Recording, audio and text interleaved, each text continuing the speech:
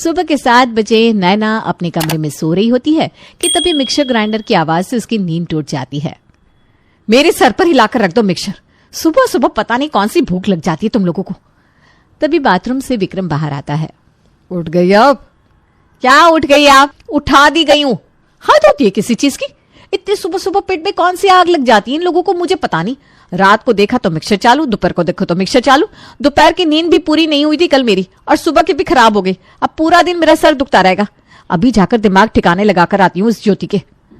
तम तमाई हुई नैना रसोई में जैसे ही जाती है, ज्योति मुस्कुराते हुए कहती है, इसके पहले कि आप आपके मुंह के द्वार से अपशब्द कहकर मेरा मूड खराब करते, मैं बता दूं ससुर जी की तबीयत ठीक नहीं है, तो माँ जी ने कहा चटनी और ब्रेड ला कर दे दो।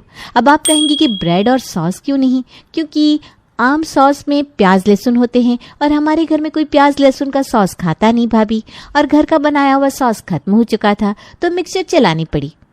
वैसे मैं चाहती तो आपके कमरे में आकर आपको जगा कर आपसे चटनी बनवा सकती थी, पर मैंने सोचा आपकी नींद खराब करने से अच्छा है कि मैं ये काम कर लूं। आखिर आप मेरी चिठानी जो है। हाँ हाँ, ले ले फिर की मेरी ले ले। काहे की जेठानी, मिक्सर चलाकर नींद तो खराब कर दी ना तूने मेरी। ज्योति सभी का नाश्ता बनाकर टेबल पर लगाती है। तेरा पापा जी का खाना कमरे में ही ले आ ज्योति, उनसे बाहर नहीं आया जाएगा। ठीक है मम्मी जी।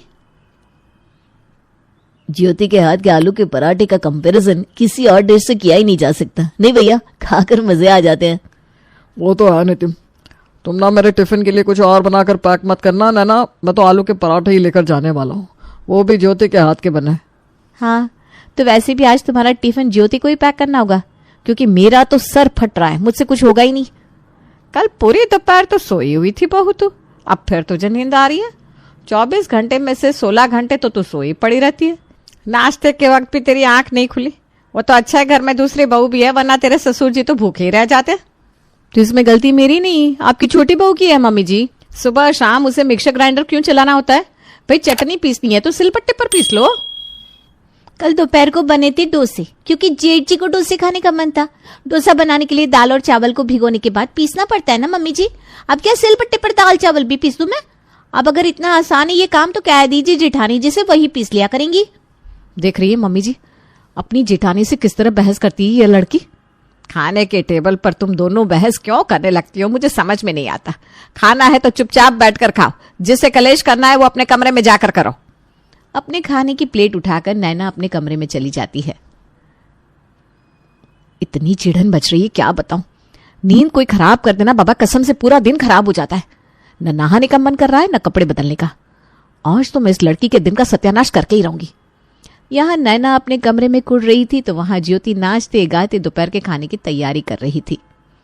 कल दोपहर की बनी हुई सब्जी तो बची हुई है, बाकी दाल चावल बना देती हूँ, फिर मैं पूरे दिन के लिए फ्री आराम से करूंगी पार्टी शार्टी। इतने दिन बाद तो इनविटेशन कार्ड आया है। पूरी रात रुक जाऊंगी अंकिता, तू भी क्या याद करेगी किस दोस्त से पाला पड़ा है तेरा। दोपहर के खाने की तैयारी करने के बाद ज्योति अपने कमरे में जाकर रात की पार्टी के लिए तैयार होना शुरू कर देती है। अब अगर तुम मेरी नींद खराब कर सकती हो तो मैं तुम्हारी पार्टी कैसे होने दूंगी ज्योति।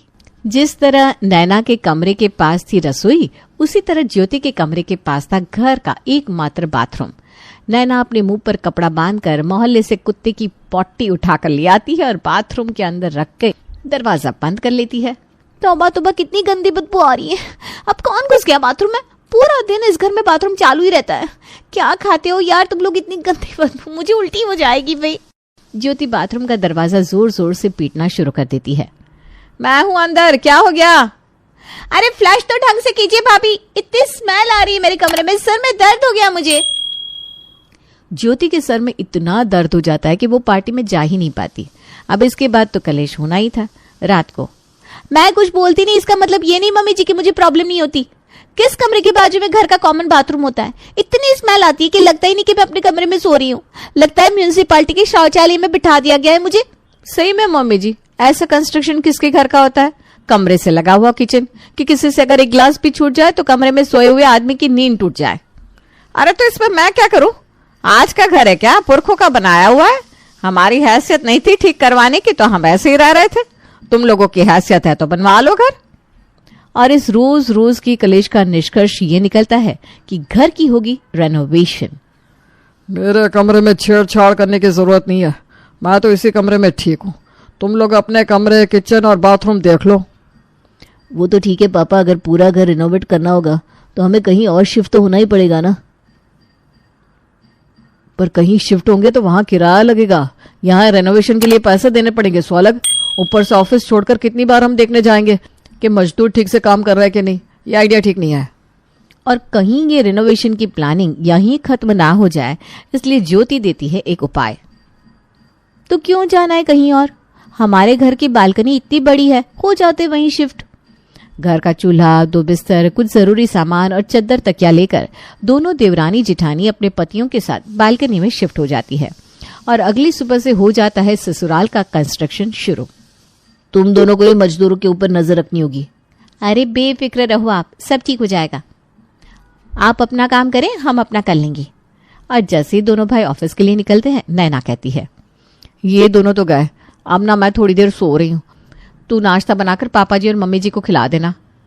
नाश्ता तो मैं बना रही हूँ, पर याद रहे दोपहर का खाना आप बनाएंगी। हाँ हाँ ठीक है। ज्योति नाश्ता बनाना शुरू करती है। छोटी सी बालकनी, वहीं कोई सो रहा है और वहीं चालू हो जाए मिक्सर ग्राइंडर, तो कैसे नींद आएगी। सत्यानाश, यहाँ भी तूने मिक्सर चालू कर दिया ज्योति। बालकनी में मिक्सर ग्राइंडर मैं तो लेकर नहीं आई हूँ भाभी, ये पड़ोस के घर से आवाज आ रही है, जनरेटर की। सही है आप। नैना की आंख लगती है कि दरवाजा खोलकर उसका ससुर बालकनी में आ जाता है।